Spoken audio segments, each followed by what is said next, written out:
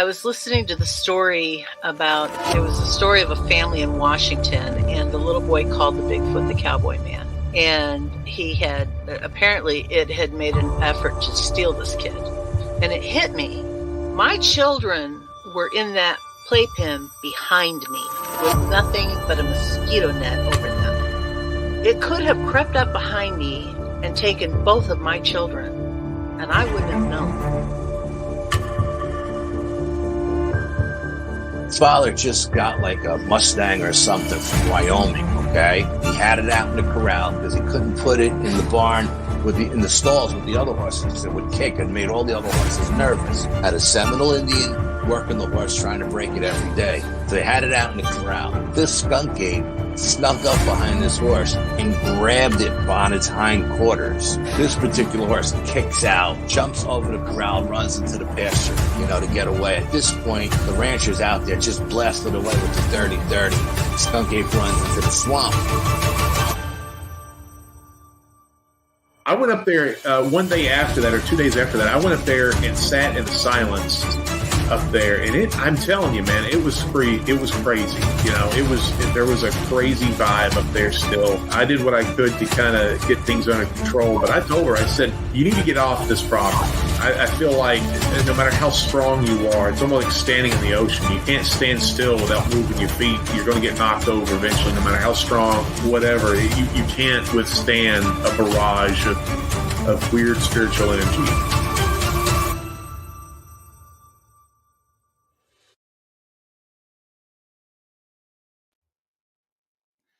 What's up, everybody? Welcome back to Paranormal Odyssey. Got another short story I want to bring to y'all this afternoon. Before we get there, if you would, everybody, please hit that subscribe button. Sure would appreciate it. If you have had an encounter, would like to come on an episode, share it with me. I would love to talk to you about that. Shoot me an email to wayne@paranormalworldproductions.com. All right. This one today is going to be probably the longest one that I've done. So I'm just going to go ahead and jump right into it. Today I'm going to be talking about the Sloss furnace in Birmingham, Alabama. Apparently a lot of people know about this place. And I'm ashamed to say I wasn't one of them. And it's fairly close. I don't live too terribly far from Birmingham. Never heard of this place, but definitely gonna be looking into it more. Apparently all of the big ghost paranormal investigating shows, the more well-known groups have all been to this place, and all of them say it's one of the most active places. So just going to read to you what I found. This one is coming from frightfurnace.com. The urban legend of Sloss Furnace. From 1882 to 1971, Birmingham's Sloss furnaces transformed coal and ore from surrounding acres into the hard steel that would pave the way for the Industrial Revolution. From skyscrapers in New York's glittering skyline to automobiles being built in Detroit, America came to rely on Birmingham and Sloss furnaces for providing materials needed to produce thousands of products. Birmingham grew to a metropolis almost overnight, earning it the nickname of the Magic City. But as with all progress, a price was paid in the currency of blood. In the early 1900s, James Slag Wormwood was foreman of the graveyard shift, the period between sunset and sunrise, where a skeleton crew of nearly 150 workers toiled to keep the furnaces fed. During the stifling summer months, temperatures throughout the plant would reach more than 120 degrees. Lack of sleep, the heat, and low visibility made working the furnaces literally a living hell. and only the poorest of workers desperate for employment would work it. These workers mostly these workers, mostly recently arrived immigrants, were forced to live in cramped housing located on the furnace site and could be forced to at any moment to return to work.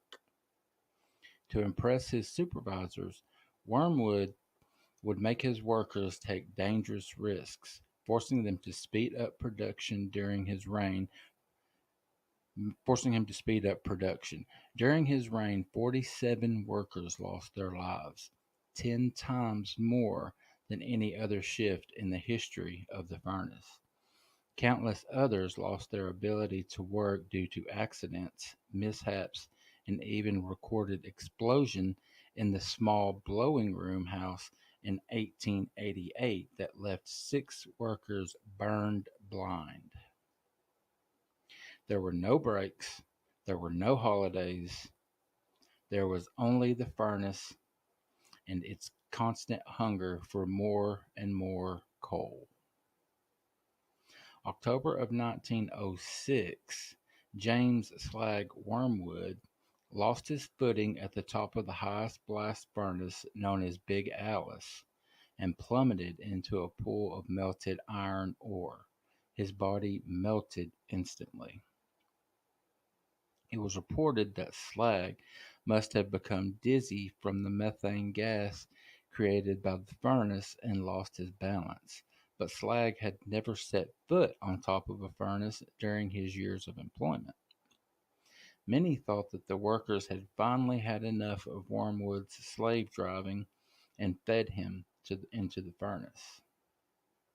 But no workers were ever brought to trial. Sloss Industries soon discontinued the graveyard shift, citing numerous reports of accidents and strange incidents that decreased steel production. The legend of Slag grew each year after his disappearance.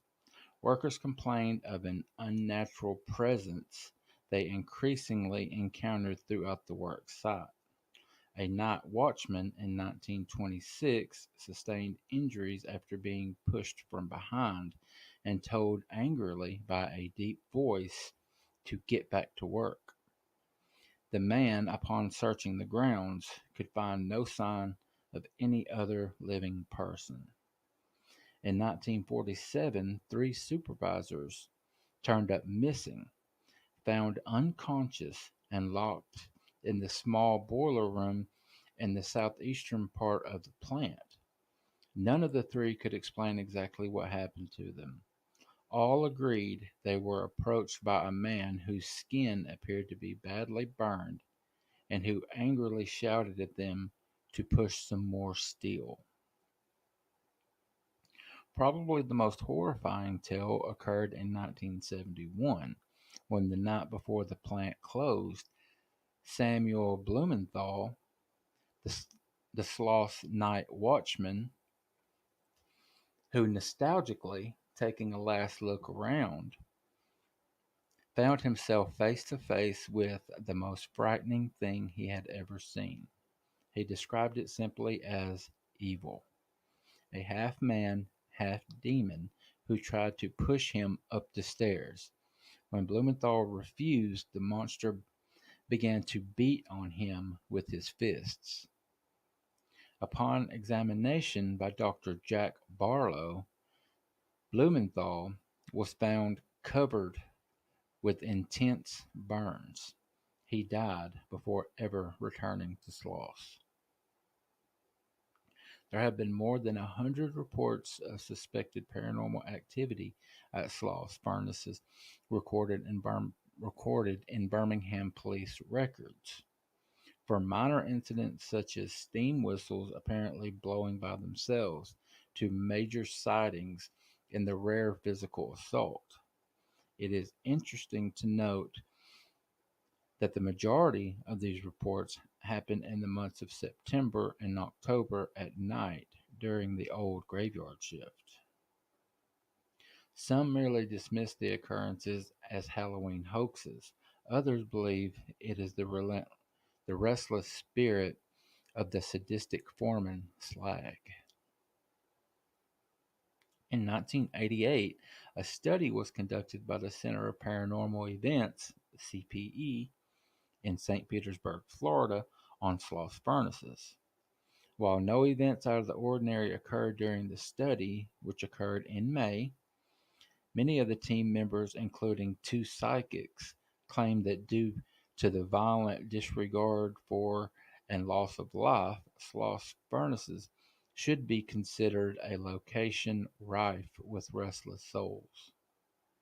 In the year 2000, Sloss was studied once again by the paranormal team of Fox's Scariest Places, who concluded that it was one of the highest rates of unnatural energy they had ever encountered. In early 2002, a skeptical investigative team from CBS affiliate WJTV investigated the site. They left frazzled and convinced that Sloss was haunted, captured amazing footage that can be seen on their site. In addition, another investigation was held in 2003 by the Alabama Foundation for Paranormal Research, who quoted that there is no doubt Sloss is a hotspot for paranormal activity. During our investigations, we pulled data that confirms through our scientific methods and approach that energies are present that cannot be explained. Sloss is one of the most paranormally active places our team has investigated. On October 4th of 2003, another assault happened to one of our crew members. Josh Thomas, who had worked at Sloss for many years, suddenly caught fire after seeing a strange shape.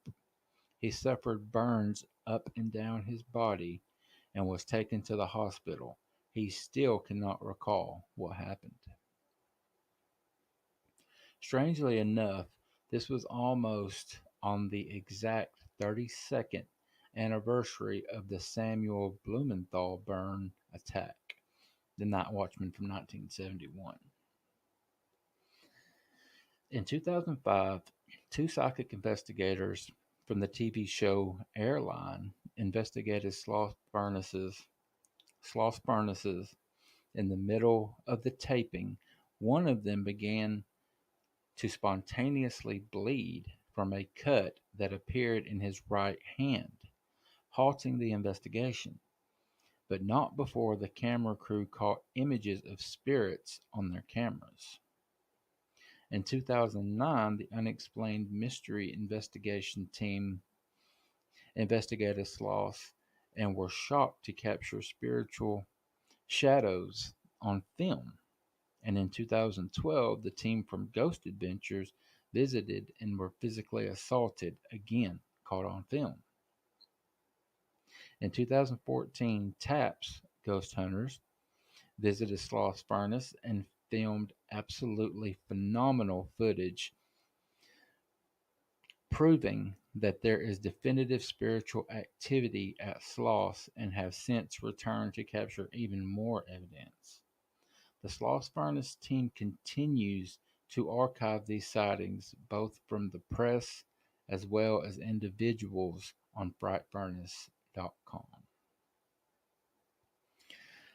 Sounds like a very, very creepy place. That guy, Slag, douchebag. That was back before there was all these laws protecting workers and safe work environment. I guess OSHA wasn't around back then, but yeah, guys, if y'all have any experience, if there's anybody out there that has been to Sloss Furnaces that has checked it out, I'd love to hear what you guys have to say. You can comment below, or even better, shoot me an email, Wayne at paranormalworldproductions.com. Anyone that does so, I'll be happy to share those emails in future readings. All right, guys, that's what I got for today. I want to ask everyone to please go check out paranormalworldproductions.com. Check out our website, pick you up some merch, get some information on our other shows, Sasquatch Odyssey, as well as True Crime Odyssey. All right, remind everybody about Paranormal Odyssey Live, which can be found here, right where you're at now, every Friday night, 7:30 Eastern. Hit that subscribe button while you're there, please. Also, still releasing 2 new episodes weekly, every Wednesday and Sunday. All right, guys, I'm going to get out of here. Thank you again for all your support, everything you guys do to help us continue to put out good content. Certainly appreciate it. Guys, take care of each other. Be good to each other. Be good to yourselves. Y'all stay safe.